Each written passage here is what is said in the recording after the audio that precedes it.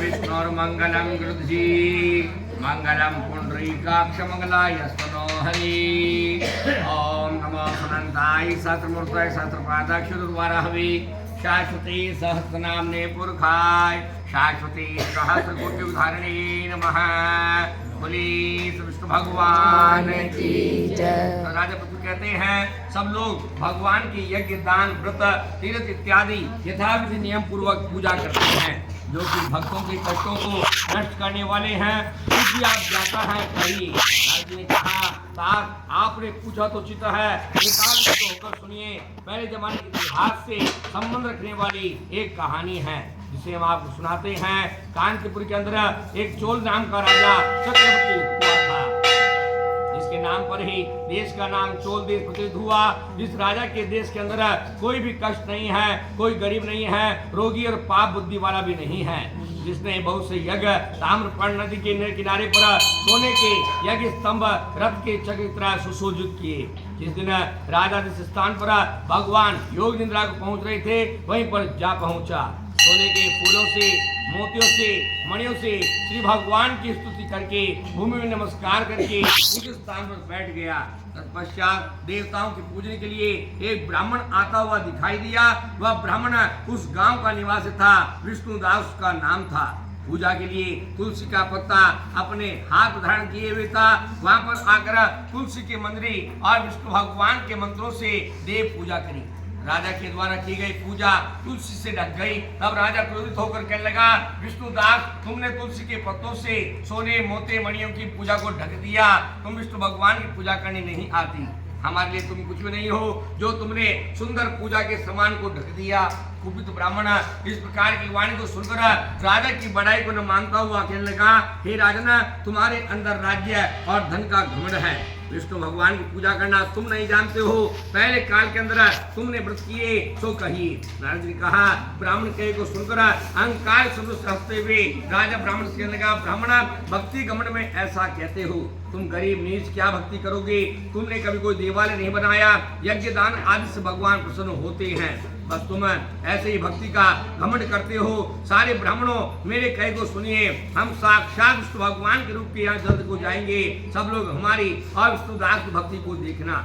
इतना कहकर राजा अपने घर को गया और विष्णु भगवान का यज्ञ आरंभ कर दिया, जिसमें मुद्गल को आचार्य बनाकर आरंभ किया। बहुत ऋषि मुनि, बहुत से अन्युक्त दक्षिणा सहित ब्रह्मा जी ने जैसा किया था वैसा ही क्षेत्र में हो गया। विष्णुदास भी उस मंदिर में रहने लगा। विष्णु भगवान प्रसन्न करने के लिए व्रत करने लगा। 5 व्रत के नियम करता था।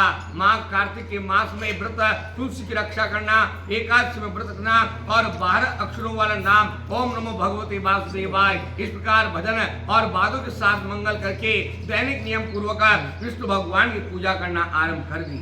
5 व्रत को करता, सबको एक समान देखने वाला विष्णुदास नामक ब्राह्मण चलते समय, भोजन खाते समय, सोते समय सदैव विष्णु भगवान को याद करता था। सभी स्थानों पर स्थित विष्णु भगवान का दर्शन करता था। हे राजा पृथु, विष्णुदास इस दिन दैनिक कार्यक्रम विधि पूर्वक करके भोजन बना रहे थे। तत्पश्चात कोई भोजन उठा ले गया, दिखाई नहीं दिया। फिर उसने भोजन नहीं बकाया कि शाम की पूजा के व्रत का खंडन न हो जाए। अगले दिन भोजन तैयार करके विष्णु भगवान की पूजा करने गया, फिर कोई उस भोजन को ले गया। इस प्रकार 7 दिन तक लगातार कोई भोजन को ले गया। तब अचंभे में पड़कर विष्णुदास सोचने लगा कि बड़े अचंभे घटना है, कौन है जो हमारे भोजन को ले जाता है? यह स्थान छोड़ भी नहीं सकते हैं, क्योंकि इस स्थान पर क्षेत्र पर संन्यास लिया है और यदि भोजन बनाते ही खा लिया जाए तो शाम का कर्म कैसे करेंगे? तो कैसे किया जा सकता है? खाना पकाते उसको कैसे खाया जाए? क्योंकि विष्णु भगवान के पुजारी जब तक विष्णु भगवान की पूजा नहीं कर लेते तब तक भोजन नहीं खाते हैं, और बिना भोजन किए हुए भूखे हम कैसे जीवित रहेंगे? तो आज अच्छी तरह से खाने की देखभाल करेंगे, यह सोचकर भोजन बनाकर के गुप्त स्थान पर छिपकर बैठ गया। फिर उसको एक चांडाल भोजन को चुराता हुआ दिखाई दिया। दुबला पतला दीन मुख, केवल हड्डी खाल वाला शरीर लिए हुए देखकर ब्राह्मण दया करके अपने मन में दुख बनाने लगा। विष्णुदास भोजन को चुराता हुआ देखकर उसको बोला, खड़ा रह, केवल सूखा भोजन क्यों ले जाता है? ये भी तो ले जा। वह चांडाल इस प्रकार कहते हुए तब ब्राह्मण को आता हुआ देखकर भयभीत होकर पलायमान करने लगा, किंतु बेहोश होकर वहीं गिर गया। इस प्रकार चांडाल को बेहोश देकर ब्राह्मण शीघ्र मार्ग गया और बड़ी तरह करके कपड़ा डालकर उसको हवा करने लगा। तत्पश्चात उसके ऊपर उठकर भगवान के रूप को दर्शन किया। वे भृगु के बेल को धारण किए हुए, 4 भुजाओं वाले, शंख चक्र गदा पीताम्बर धारण किए हुए, मुकुट लगाए हुए, सद्गुण में युक्त ब्राह्मण नारायण के दर्शन करके पूजा करके प्रणाम न कर सका।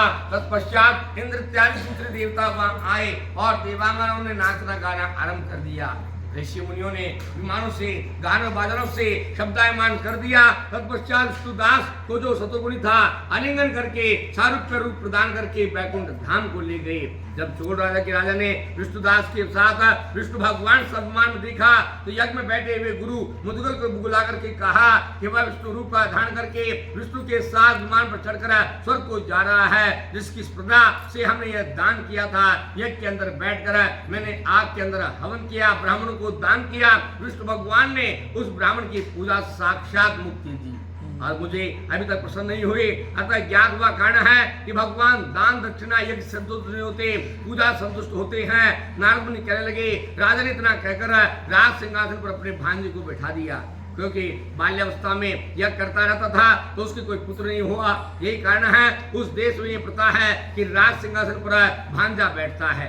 तत्पश्चात राजा यज्ञ की कुंडी में निकट आकर उच्च वाणी से कहने लगा, हे विष्णु भगवान, मन वाणी देह कर्म करके मुझे स्थित भक्ति दीजिए। इस प्रकार कहकर देखते देखते अग्नि कुंडी में कूद पड़ा।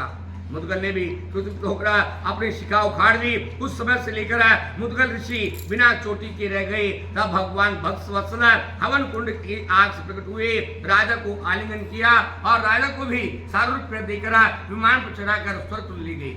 लक्ष्मण भगवान के द्वारा दोनों द्वारपाल किए गए। विष्णुदास पुण्यशील चोल और राजा सुशील हुए, दोनों भगवान समान रूप को धारण किए हुए। इस प्रकार से जो मनुष्य भगवान की भक्ति करता है वह परम आनंद को प्राप्त होकर भगवान के स्थान परम धाम को जाता है।